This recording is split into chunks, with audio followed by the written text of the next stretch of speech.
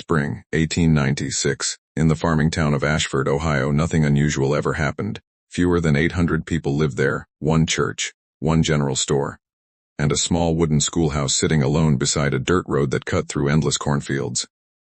It was the kind of town where everyone knew each other. Which is why what happened inside that classroom should have been impossible. Because during the spring of 1896 something strange began appearing on the children's drawings. At first the teacher thought it was coincidence. A simple classroom assignment. Draw anything you like. Some children drew animals, others drew their homes, a few filled their paper with trees and fields. But when Miss Elena Wright began collecting the drawings, she noticed something disturbing. Several of them showed the same figure, a tall man, long coat, wide hat pulled low over his face, standing alone, watching. At first, she assumed the children were copying one another, so she asked a simple question. Who drew the man first? The room went quiet. No one raised their hand. Finally, a boy in the back of the classroom spoke softly. We didn't draw him first. Miss Wright frowned. What do you mean? The boy pointed at the picture. That's the man we see outside. A few children nodded, then more. Within seconds every hand in the classroom was raised. According to the children, the man had been standing near the trees beside the schoolyard. For weeks, he never walked. He never spoke. He never came closer. He simply stood there, watching the schoolhouse. Day after day, and the strangest part was this. Not a single adult in Ashford had ever seen him. The man no adult saw. In the spring of 1896, the schoolhouse outside Ashford stood alone beside a dirt road that ran between endless cornfields. It was a simple building. White paint peeling from the wooden boards, a small bell hanging above the door, 4 tall windows looking out toward the distant tree line. Inside, the classroom smelled faintly of chalk dust and damp wood. 23 children sat at narrow desks arranged in careful rows. At the front of the room stood Miss Elena Wright. She had been teaching in Ashford for nearly 4 years. Long enough to know every family in town. Long enough to understand the personalities of every student sitting before her. Ashford's children were not unusual. They were quiet, polite, often shy around strangers. Most spent their afternoons helping their parents on nearby farms. Life in Ashford moved slowly, predictably, which is why the drawings disturbed her. At first she noticed only 2, then 3, then 5. Each sheet of paper showed the same tall figure, a man standing alone, long coat, wide hat pulled low, his face always hidden beneath the shadow of the brim. But the posture was unmistakable. The same rigid stance, the same long arms hanging at his sides, the same feeling that the figure was not simply standing, but watching. Miss Wright studied the drawings again. Children often copied each other's work. It was the most logical explanation. So she asked the question. Who drew the man first? The classroom fell silent. The children looked at one another, confused. Then a boy named Samuel Harpa slowly raised his hand, not to answer, but to point. Miss Wright, he said quietly. That's the man we see outside. At first she smiled. Children loved inventing stories. But something about the way the other students reacted made her pause. Nearly every child in the room had turned toward the windows. Several of them nodded. A girl near the front whispered something. He stands near the trees. Miss Wright walked to the window and looked outside. The field stretched empty toward the dark line of forest at the far edge of the property. No movement. No footprints, nothing. She turned back toward the class. Has anyone actually spoken to this man? The children shook their heads. No. Has he walked closer to the school? Again no. Samuel spoke again. He just stands there. For how long? Miss Wright asked. The boy thought for a moment. Since winter. The answer made the room feel colder. Winter had ended nearly 2 months earlier. Miss Wright tried another question. Have your parents seen him? More head shaking. No, only the children. Only the students who spent their days inside the schoolhouse. That afternoon, after the class ended, Miss Wright walked alone toward the tree line. The ground was soft from spring rain. Her boots sank slightly into the soil with each step. The distance between the school and the forest was not far. Perhaps 100 yards. Yet as she approached the trees, she felt an odd sensation growing in her chest. A quiet unease, as if the place had been recently disturbed. But when she reached the edge of the woods, she found nothing. No footprints. No sign of anyone standing there. No broken branches, nothing. The forest was silent, too silent. She returned to the schoolhouse before sunset. But the next morning the drawings appeared again. More of them this time. 7 new sketches. Each showing the same man, and something else had changed. The figure had moved. In the new drawings the man no longer stood near the trees. Now he stood beside the fence surrounding the schoolyard. Closer. Miss Wright felt a quiet chill. She asked the children the same question again. Did anyone see the man today? Nearly every hand went up. The details were identical: the coat, the hat, the silent posture, always watching the building, always standing still, never moving. Later that afternoon she walked quickly into town and visited the sheriff. Sheriff Thomas Hale had been the lawman in Ashford for more than 15 years. He was not a man easily impressed by rumors. Children's stories were not unusual. But when Miss Wright placed the drawings across his desk, his expression slowly changed, because the pictures had not been copied. Each child had drawn the figure in their own style, some crude, some detailed. Yet the same man appeared in every image, the same coat, the same hat, the same rigid stance. Hale stared at them quietly. "How many children drew this?" he asked. "Almost all of them." The sheriff leaned back in his chair. "That's unusual." The next morning Hale visited the schoolhouse himself. He questioned the students carefully, separately, without letting them hear each other's answers. Yet every description matched, exactly. And then something even stranger happened. A girl named Margaret Lewis described the man's face. For the first time, Hale asked her to explain what she meant. The girl hesitated. "I can see his face," she said slowly. But what?" She looked confused. "I can't remember it." The sheriff frowned. "You just said you saw it." "I did." "Then describe it." Margaret shook her head. "I can't." Another boy spoke. "It's the same for all of us." The sheriff looked around the room. Several children nodded. They insisted they had seen the man's face. Yet none of them could remember a single detail. No eyes, no nose, no expression. Only the feeling that something about it was deeply wrong. That evening Hale stood alone beside the schoolyard fence. The sun was setting behind the distant cornfields. The wind moved softly through the grass. He waited nearly an hour. Nothing appeared. But as the sheriff turned to leave, he noticed something strange. Near the edge of the field, the grass had been flattened, as if someone had been standing there, watching the schoolhouse for a very long time. And for the first time since the drawings began, Sheriff Hale felt something he had not expected. The quiet, creeping suspicion that the children might be telling the truth. And if they were then somewhere outside Ashford, a man had been watching the school for weeks, without anyone else noticing. The day the man finally appeared, the drawings did not stop. For nearly 2 weeks, the children of Ashford continued to sketch the same silent figure. Every morning new pages appeared on Miss Elena Wright's desk. Every afternoon the same uneasy question returned. Had anyone seen the man again? The answers were always the same. Yes, he was still there, standing beside the trees, watching the school. Sheriff Thomas Hale had begun visiting the schoolyard almost daily. At first he treated the situation like a simple precaution. Perhaps someone had been trespassing. Perhaps a traveler had been camping in the woods. But each time the sheriff searched the fields and tree line, he found nothing. No footprints, no broken branches, no discarded food or clothing. Nothing that suggested anyone had been standing there for hours at a time. And yet the children continued describing the same man. One afternoon Hale stood with Miss Wright near the schoolhouse steps while the students played in the yard. The wind moved slowly across the fields. Cornstalks rustled softly in the distance.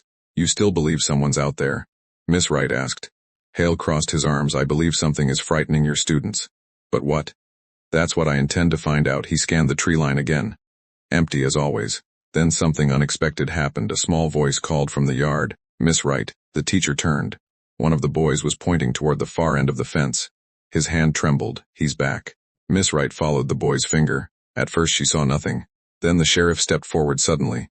Because this time someone was there. A tall figure stood beyond the fence, near the edge of the field. Long coat, wide hat pulled low over his face. The same figure the children had drawn dozens of times. For several seconds no one moved. The schoolyard fell silent. Even the wind seemed to stop. Sheriff Hale stepped closer to the fence. The man did not react. He stood perfectly still, watching. "Sir," Hale called. No response. "Sir, you need to step away from the school." Still nothing. Miss Wright felt a strange pressure building in her chest. The man's posture was wrong, too rigid, too unnatural, as if he had been standing there for a very long time, without moving. Hale stepped through the gate and walked toward him. The children watched in silence. The distance between them closed slowly. 20 yards, 15, 10. At 8 yards the sheriff stopped, because something about the man felt deeply unsettling. The figure's face remained hidden beneath the shadow of the hat. But Hale could sense the man was looking directly at him, not blinking, not shifting, just watching. "Sir," the sheriff said again, "you need to leave this property." For a moment nothing happened. Then the wind shifted. The man moved, but not in the way Hale expected. Instead of walking away, the figure took one slow step forward. Miss Wright felt a chill crawl up her spine. The children began whispering nervously. Hale's hand moved toward his revolver. "Stop right there." The man froze again. Then something strange happened. The wind lifted the brim of the hat just slightly, only for a second, but it was enough. Hale saw the man's face, and what he saw made his heart pound. Because he recognized it, the sheriff had seen that face before, years earlier, in an old town photograph. A man named Daniel Grady, a railroad worker who had died nearly 20 years earlier. The moment passed, the hat dropped back into shadow. Hale blinked, and when he looked again, the field was empty. The man had vanished. No footsteps, no sound, nothing. Miss Wright hurried toward the sheriff. Where did he go? Hale stared at the empty field. I don't know. The grass moved softly in the wind, but there was no sign anyone had been standing there. The children slowly gathered around them. One girl spoke quietly. That's him. Hale looked down at the drawings still clutched in several small hands. The images were identical to the figure he had just seen. For the first time since the strange reports began, the sheriff felt genuine fear, because now he knew something disturbing. The children had not imagined the man. He was real, and someone in Ashford had seen his face before. That evening Hale returned to the sheriff's office and unlocked a drawer he rarely opened. Inside were old town records, death reports, newspaper clippings, and a photograph taken nearly 2 decades earlier, a group of railroad workers standing beside newly laid tracks outside Ashford. Hale studied the faces carefully. Then he found the man, standing near the center, Daniel Grady, the same coat, the same hat, the same face, and according to the records, Daniel Grady had died violently in the winter of 1877. His throat had been cut during a fight near the railroad yard. The killer had never been identified. The sheriff leaned back slowly in his chair. Outside, the evening wind pushed through the quiet streets of Ashford. Somewhere beyond the fields, the man the children had been drawing for weeks had finally appeared. And if Hale was correct about the identity of that figure, then something impossible had just walked into the schoolyard. Because Daniel Grady had been buried nearly 20 years earlier.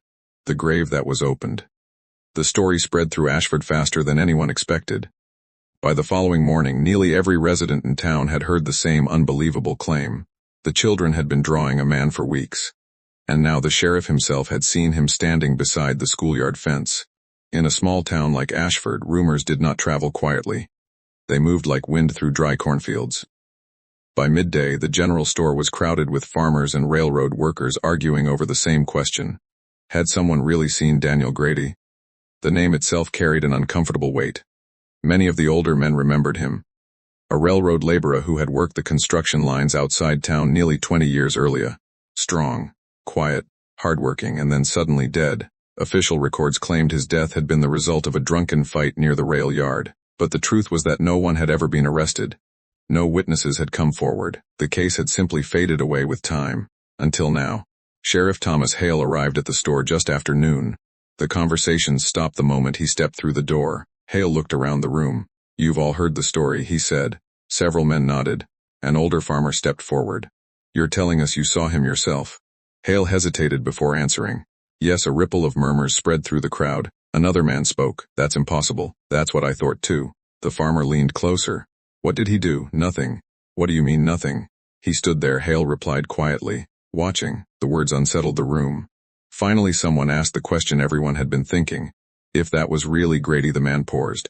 Then why would he be standing outside the school? No one had an answer, but another voice spoke from the back of the store.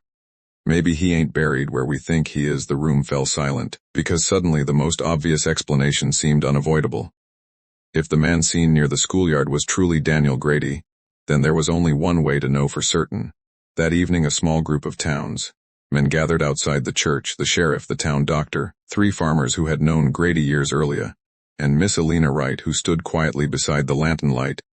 The cemetery sat just beyond the churchyard hill, a quiet place surrounded by oak trees. Most of Ashford's earliest residents rested there. Wooden grave markers leaned crookedly in the grass, some nearly unreadable with age.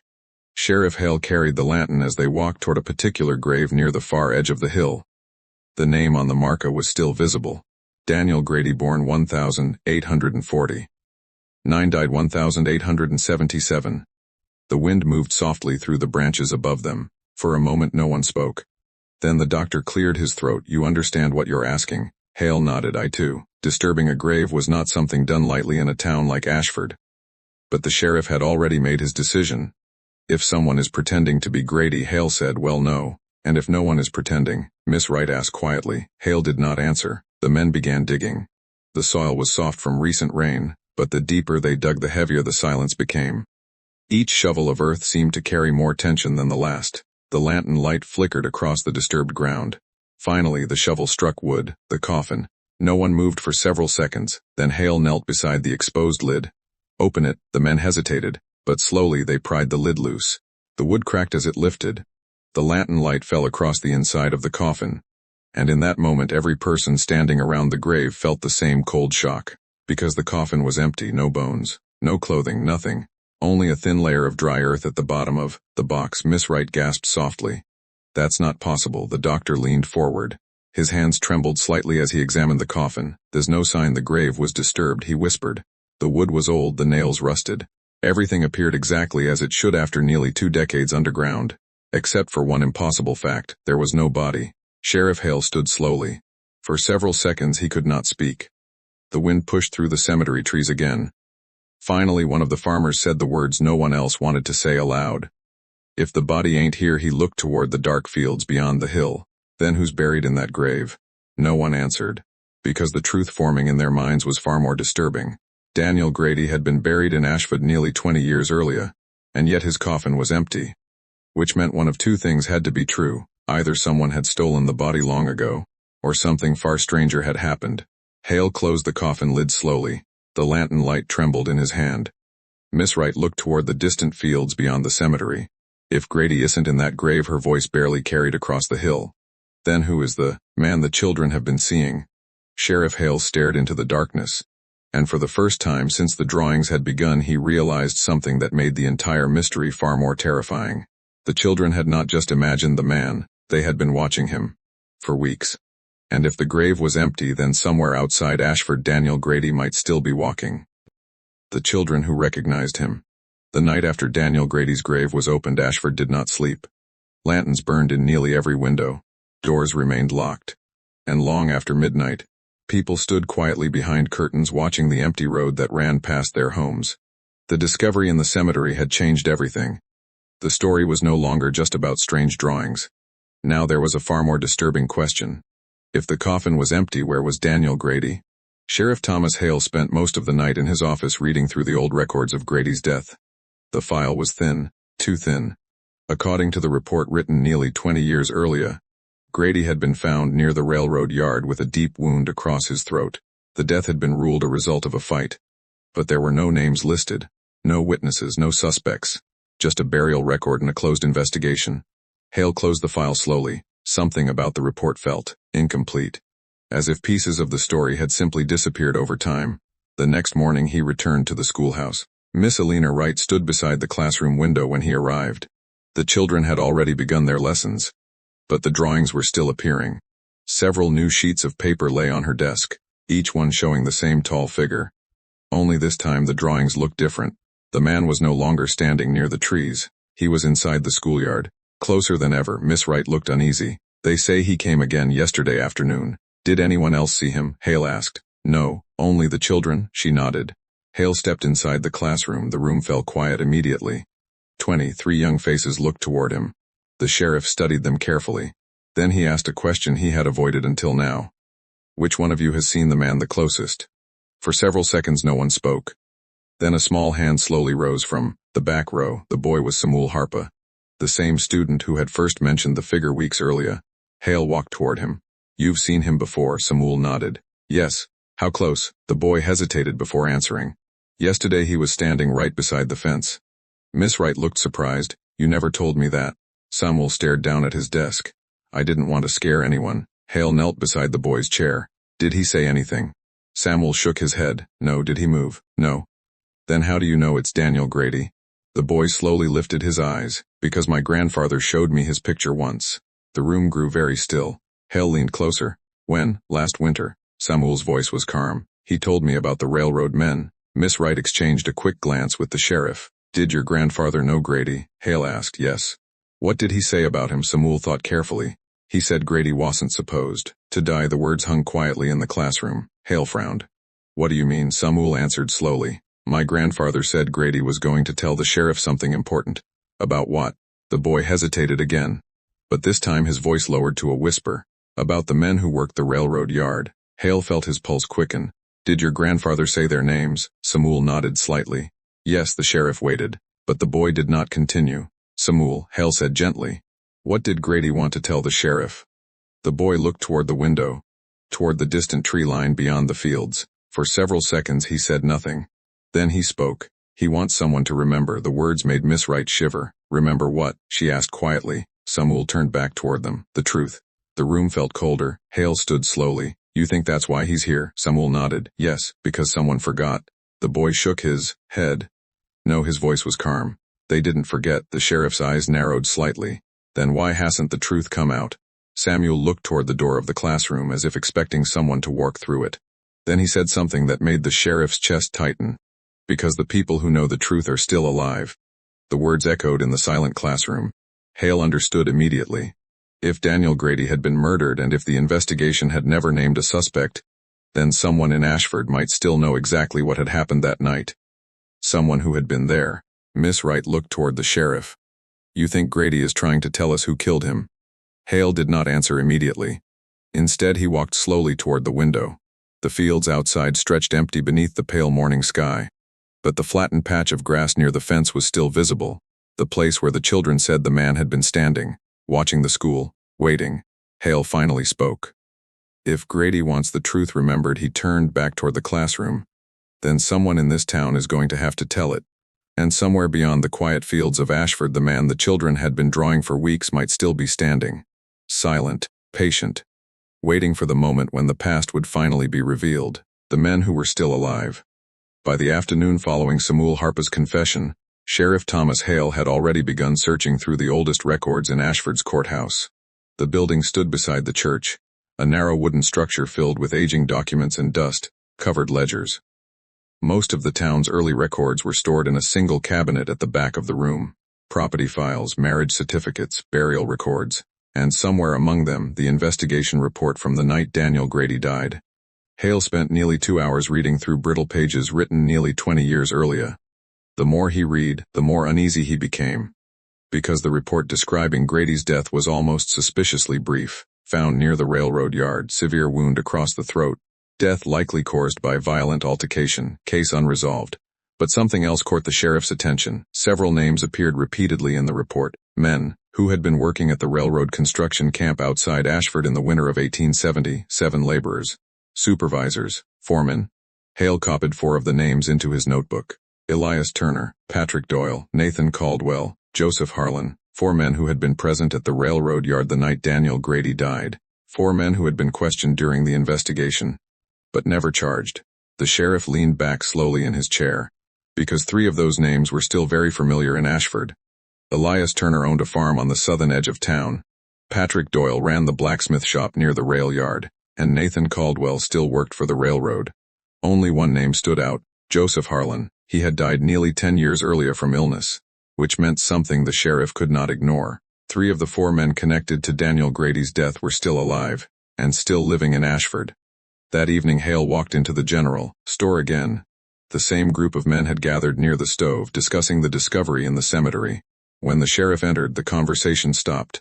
Hale placed his notebook on the counter. I need to ask a few questions. The store owner nodded. About Grady? Yes. Several of the older men shifted uneasily. One of them finally spoke. You're digging up the past, Sheriff. That's my job. Hale opened the notebook. Who remembers the railroad camp outside town in 1877? 3 men raised their hands slowly. Elias Turner among them. Turner was tall and heavy-shouldered, his beard now gray with age. What about it? He asked. Hale studied him carefully. Daniel Grady worked there. Turner nodded. That's right. What happened the night he died? The farmer's expression hardened. Fight near the yard, that's what everyone said. Hale didn't look away. That's what the report says. Turner shrugged. Sounds right. Turned the page of his notebook. And you were there that night. The store grew quiet. Turner's eyes narrowed. So were a lot of men. The sheriff spoke calmly. But only 4 were questioned. He read the names aloud. Elias Turner, Patrick Doyle, Nathan Caldwell, and Joseph Harlan. The silence that followed felt heavier than the winter wind outside. Patrick Doyle, standing near the stove, suddenly looked uncomfortable. That was 20 years ago, he muttered. Hale looked at him. People don't usually forget murders. Doyle frowned. It wasn't murder. Then what was it? No one answered. The sheriff closed his notebook slowly. The strange part, he continued, is that someone has started seeing Daniel Grady again. Several men exchanged uneasy glances. "You heard about the schoolhouse," Hale said. "The children drawing the same man," Turner spoke quietly. "Kids tell stories," Hale nodded. "Yes." Then he leaned slightly closer. "But yesterday I saw him myself." The room went still. Turner's face didn't change, but Doyle's hands tightened around the back of his chair. "And last night," Hale continued, "we opened Daniel Grady's grave." That finally caught their attention. The farmer's voice was cautious, and Hale answered quietly. The coffin was empty. For a moment no one spoke, then Doyle laughed nervously. "That's impossible." "That's what I thought." The sheriff watched their reactions carefully. "Which leaves us with two possibilities," he paused. "Either someone removed the body years ago, or Daniel Grady isn't where we thought he was." Turner crossed his arms. "You think he's walking around Ashford?" Hale didn't answer. Instead he said something else. "Samuel Harper says Grady wants someone to remember the truth." The words hung heavily in the room. Doyle looked away. Turner's voice was colder now. "Kids don't know what they are talking about." "Maybe not," Hale replied. "But children also don't invent the same man in 20 different drawings." The sheriff closed his notebook again. "If Daniel Grady really died in a drunken fight," he looked at each of them in turn, "then none of you should have anything to worry about." But something in the room had changed. Because for the first time since the investigation began, the men who had been present the night Daniel Grady died looked afraid. Not of ghosts, not of rumors, but of something else. The possibility that the past they had buried nearly 20 years earlier was beginning to surface again. And somewhere beyond the quiet streets of Ashford, the man the children had been drawing might still be watching, waiting for the truth to finally be spoken aloud. The night one of them died. The first man died 3 nights after Sheriff Hale reopened the investigation. Until that moment, the town of Ashford had still been trying to convince itself that the strange events were only rumors. Children drawing the same man, the empty grave, the whispers about Daniel Grady returning. People talked about it in low voices, but most still believed it would pass. That belief ended the night Patrick Doyle died. The blacksmith shop sat near the old railroad road at the edge of town. Every evening Doyle stayed late in the workshop finishing repairs on wagon wheels and farm tools. The sound of his hammer striking iron often echoed across the quiet streets long after sunset. But on that particular night, the hammer stopped suddenly. Around 10 o'clock, a farmhand walking home heard something strange coming from inside the shop.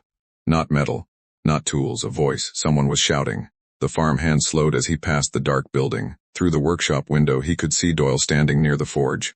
But he wasn't working. He was staring toward the open door. His face looked pale in the lantern light, and he was speaking to someone. At least it looked like he was. But the farmhand could not see anyone else in the room. Then Doyle shouted something that made the man outside freeze. "No, you're dead." The words echoed through the workshop. The farmhand stepped closer to the window. Doyle backed away from the door as if something invisible had just entered the room. "You're dead," he repeated again. "Grady, you're dead." The farmhand felt a chill spread through his chest. Before he could react, Doyle suddenly stumbled backward against the workbench. A heavy iron tool crashed to the floor. Then everything went quiet. When the farmhand finally gathered the courage to step inside, Doyle was lying on the floor beside the forge. His eyes were wide open, but there was no life left in them. Sheriff Hale arrived less than an hour later. The lantern light inside the blacksmith shop flickered across the walls as he examined the body. The town doctor had already arrived. "What happened?" Hale asked. The doctor shook his head slowly. "Heart failure," the sheriff frowned. "Just like that. Sometimes fear can do strange things to a man." Hale looked down at Doyle's face. The expression frozen there did not look like the peaceful stillness of natural death. It looked like terror. "What did the witness say?" Hale asked. The farmhand stood near the door. He was talking to someone. "Did you see who?" "No." "Anyone leave the building?" The man shook his head. "No one." Hale walked slowly around the shop. Nothing looked disturbed except the tool lying on the floor. No signs of struggle. No footprints, no broken windows. But something else caught his attention. The door. It stood half open, as if someone had walked out only moments earlier. Hale stepped outside. The cold night air moved slowly across the empty road. The lantern light behind him stretched his shadow across the dirt. For several seconds the sheriff listened carefully. But the road was silent. Too silent. The next morning the story spread through Ashford faster than anything that had happened in years. Patrick Doyle was dead. And the last words he spoke were Daniel Grady's name. By noon, people had begun whispering the same thing. Grady had returned.